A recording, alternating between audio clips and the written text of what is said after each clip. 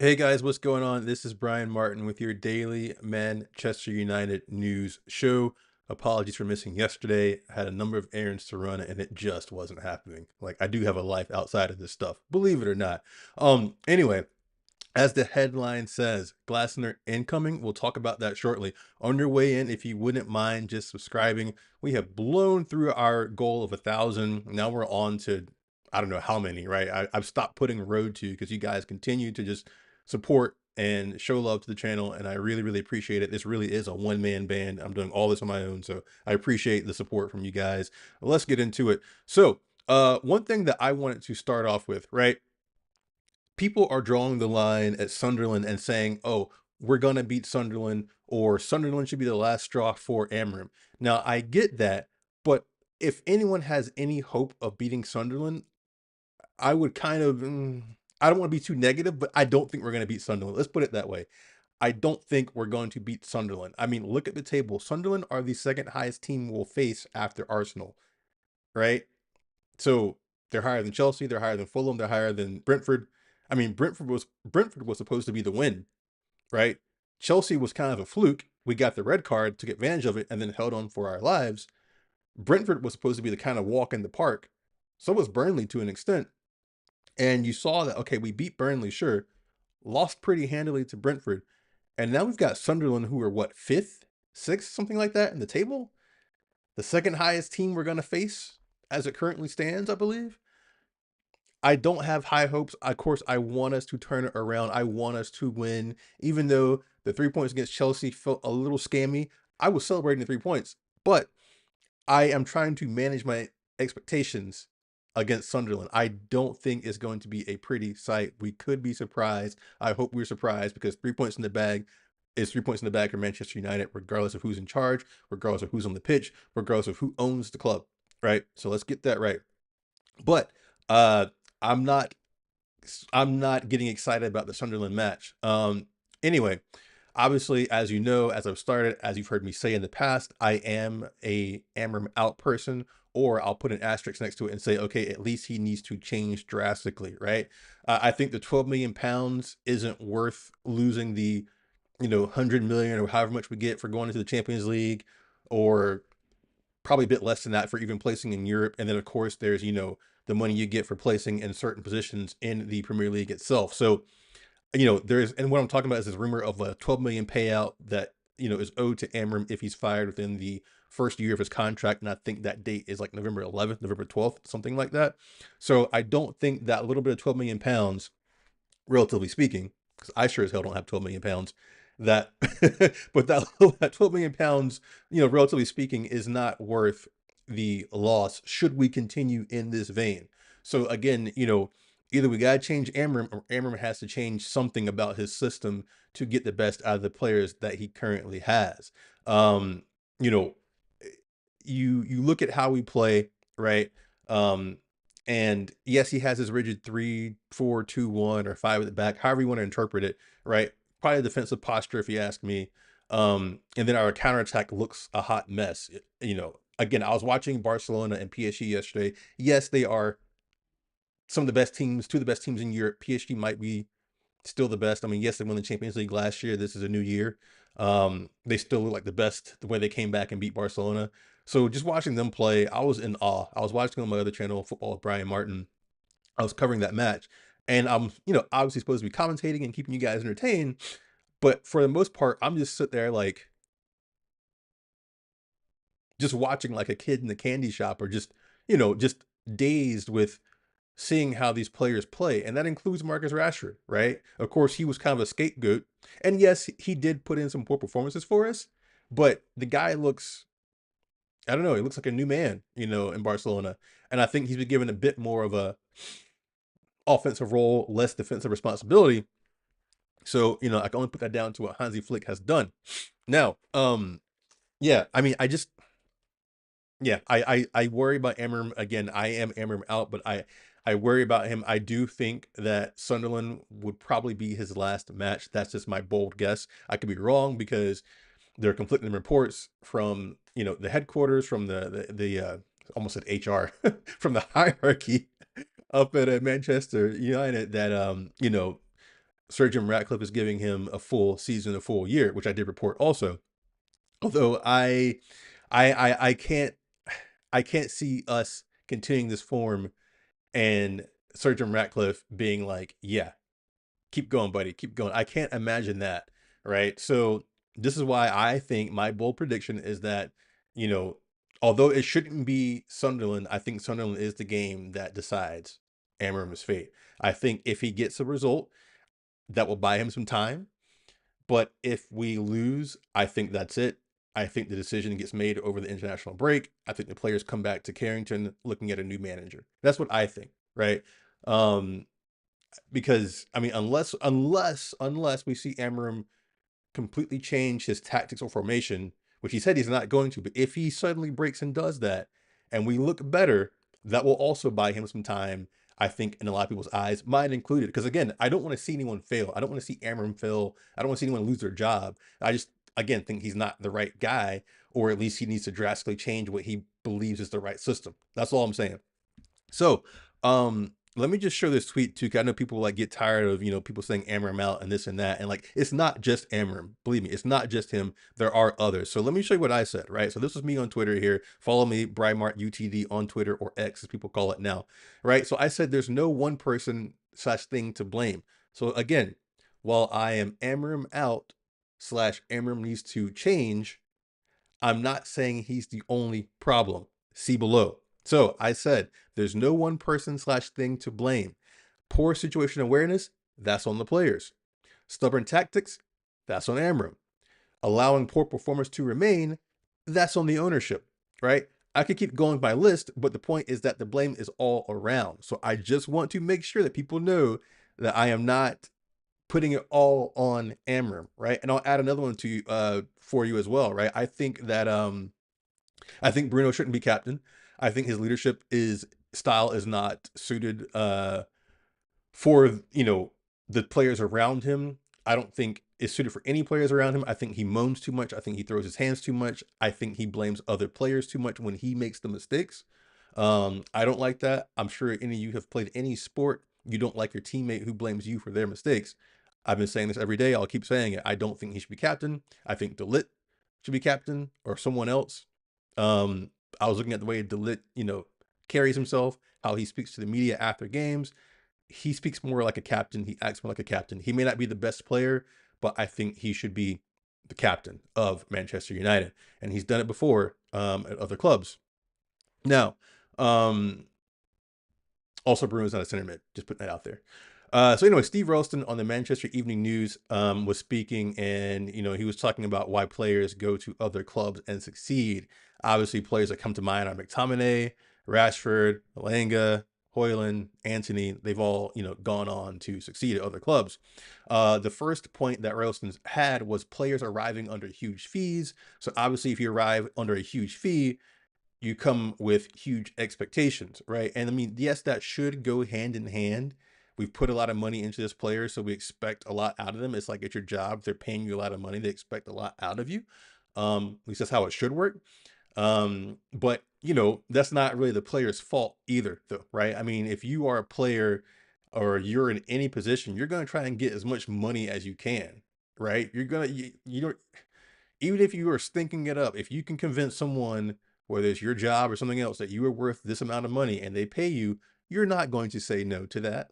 Come on, right? So it's not on the players for being sold and being paid, what they are getting paid. That said, the expectations are still there because it is a big financial outlay. So Railston was saying that, players arriving under huge fees can cause them extra stress and can make it harder for them to succeed at United.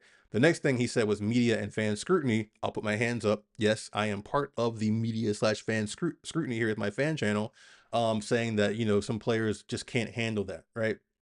Okay, fair enough. The next point he made was going to weaker leagues, saying that players like McTominay, Rashford, Hoyland, and Antony have gone on to weaker leagues, and saying that although those teams do compete in the Champions League, they don't face as tough a competition week in, week out. Again, I'll agree with that. Obvious bias here. I think the Premier League is the best league in the world and the toughest league in the world. So yeah, I mean, that could be a point there too. And then the last point he said, which I wholeheartedly agree with, was going to better organized clubs. Again, he's saying these players succeed when they leave Manchester United because they go to better organized clubs. I mean, just look at it. I mean, and if you want to be, if you want to laugh, I mean, hell, even Andre Onana is doing better at Trabzonspor than he did at United. And yes, all the other things apply, right? Smaller league, smaller club, lesser competition, et cetera, et cetera. But even he's doing better at Trabzonspor. He's got an assist already in the Turkish league. But, you know, I think all those things can apply, right, to players and not being able to succeed here. And, you know, managers talk about bringing in the right personalities, but you bring in players and then they crumble. And, you know, okay, now is there blame on the recruitment? Is there blame back on the manager? I mean, it's again, like I said in my tweet, that if you're watching now, you missed it, but I tweeted it and I showed my tweet that there's blame to go around. Even though I'm Amram out, there's still blame to go around. Like I said, if the players have poor situational awareness, that's on the players. Amram can't he can give them instructions, but also you as a player, you have to be accountable and aware of what's around you. You have to think, okay, I know the boss is telling me to run this way or cover that gap or whatever, but the guy with the ball is right here.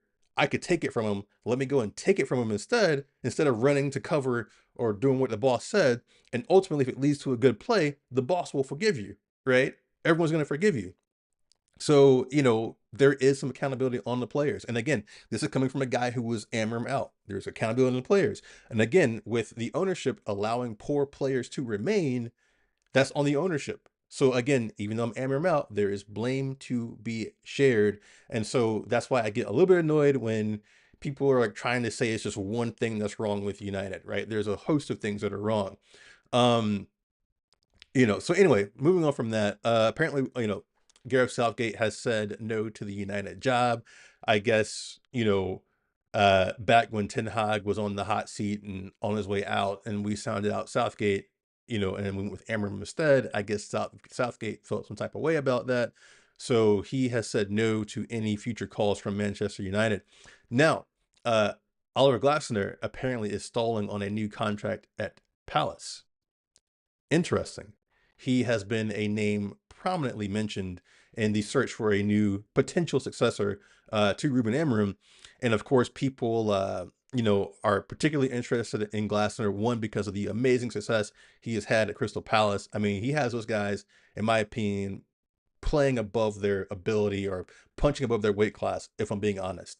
Um, he's got every single one of those guys just, I mean, playing just, you know, to the nines, just amazing week in, week out, in terms of what they are doing as a club, given, you know, given that they're Crystal Palace, they're not like a major club with tons of resources, right? So, anyway, the interesting thing also with Glasner is that he also plays the same formation on paper as Ruben Amorim. Now, I don't think that's something to get excited about because, well, two things. One, Glasner's tactics within that same formation as Amorim's are different. He commits more players forward. His counterattack is more organized. Um, and, you know, he has the right players for his system and his tactics, right? That's one. Two, he also says that he prefers a 4-4-2. So just because he plays what he plays now at Palace doesn't mean he's going to come in and suddenly start playing that same way here at United. He prefers a 4-4-2, and some have argued, myself included, that maybe 4-4-2 or 4-3-3 is better for the current crop of players, right? So, you know, I wouldn't get excited about Glasner for the idea that he's going to come in and do exactly what Amorim's doing and get a better tune out of the players. I would get excited about Glasner if he comes, for the idea that, you know, he is willing to adapt to get the best out of his players. That's the main thing that we need, is whether Amorim changes or whether we bring someone new, we need a manager who's willing to adapt to get the best out of his players. Because right now that obviously isn't happening. We're getting the best out of these guys for, like, you know, bits and pieces of games. So that's my word on Glasner. I would say watch this space on that one because, again, as I said, he has stalled on a new contract at Palace, and there were at one point conflicting reports. One report said that Glasner would come to United in a heartbeat. The other said that he's focused on Palace. And again, I said conflicting, but both really could be true, right? You could say, yeah, I'm focused on what I'm doing now as a professional, but if, you know, this bigger company comes knocking, I'll jump in a heartbeat, which I mean is fair for him to say, right? I mean, although we've had crap results in the past decade plus, I mean, we're still Manchester United, right? And if you can be the guy that turns Manchester United around, you would go down in history as a legendary manager, to be honest, right? So yeah, those are my thoughts on Glasner. Again, watch this space. I think a lot hinges on the Sunderland game, although, I had my mind made up well before it. And I think it would be a bit of a mistake in some ways to say, okay, Sunderland's where you draw the line, because Sunderland, like I said, will be on paper, and in terms of ranking and standings, the toughest opposition or the highest ranked opposition apart from Arsenal that we have faced thus far and will face, going into the international break. I think they're fifth or sixth at this point, right? And I'll double check that, but I'm pretty sure that is what the table says. Let me just take a quick peek real here. Yeah, they are fifth. They are fifth. So, um, yeah. The only other top five team we've played is Arsenal, right? So I wouldn't I wouldn't be hanging my hat on this Sunderland game thinking that this is going to be a walk in the park. Not by any means. I think this game is a game that we probably lose. I hate to say it, probably do. And I think that we will hear news about Amram maybe moving on or getting moved on during the international break. Um, just my guess. But again, I would love for Amram to play a different formation or change his tactics within his current formation and get the best out of the players. And we smash Sunderland like 4-5-0, and we start to turn things around. That would be great as well. So anyway, those are my quick hits on those things. Again, I'll keep it short today because I don't have a ton to talk about. I'm not going to sit here and waste all your time. Let's talk about some, friendlies in Saudi Arabia over the winter break. I mean, sure, fair enough. Why not? I mean, sure, okay. Like, might as well keep the guys match fit and sharp. Some folks complain saying that, oh, they might get hurt. And it's like, well, they might get hurt in anything. They might get hurt walking to their car. They might get hurt playing with their children. They might get hurt going out to dinner. You know what I mean? So let them play. Let them stay sharp. And let them do their thing. You know. Anyway, looking ahead, speaking of Sunderland, stuff like I mentioned their name 10 times in this show, October 4th is the match. So that means that tomorrow I will be dropping my match preview, my predicted 11, my tactics to victory, all that good stuff. So please make sure you subscribe and turn on your notifications so you don't miss when that video comes out. I will pre-record that one. Now, the match itself against Sunderland will be a live match watch with yours truly. So please come in and have your say. This is a small channel. So when you come in and you have your say and you chat, I will be able to read it and acknowledge it, and we'll be able to talk about it, right? You won't get lost in the sauce like you do with a big channel. So please come and join me for that. Let's have a good conversation. Let's hopefully watch United get 3 points. And of course, there'll be a post-match discussion as well, breaking down the match. Now, unfortunately for this match, we'll be without Mazraoui and Lisandro Martinez. I haven't heard of any other injuries. I have heard that Tyrell Malacia is back in the squad. And I said this a while back. I said this during the transfer window. I said that I think Malacia should stay and fight Dorgu for a place or back up Dorgu in the left wing back role. I said that like every show during the break or during the transfer window. So give me just a little bit of credit. I think that deserves a subscription. If you watch to this point, you're watching now. I think that deserves a subscription if you haven't subscribed already, for me being right on that one. Right? Again, just a little pat on the back for myself on that one, right? And I hope that Malacia does well. I hope that he comes back, and I hope that he gives Dorgu a run for his money, or even maybe he comes back better, and suddenly Malacia is our first choice left wing back. That would be great. And or it pushes Dorgu to be better, and now we've got our left wing back role sorted, because Malacia is not old either, and Dorgu's not old, so maybe we've got maybe we have solved our left wing back situation / left back situation, with the reintroduction of Tyrell Malacia. Again, wishful thinking. I hope it happens. On the women's front, so the women, they play Chelsea on Friday. This is a massive match for the women's side. I cannot stress that enough. This is a massive match for the women's team.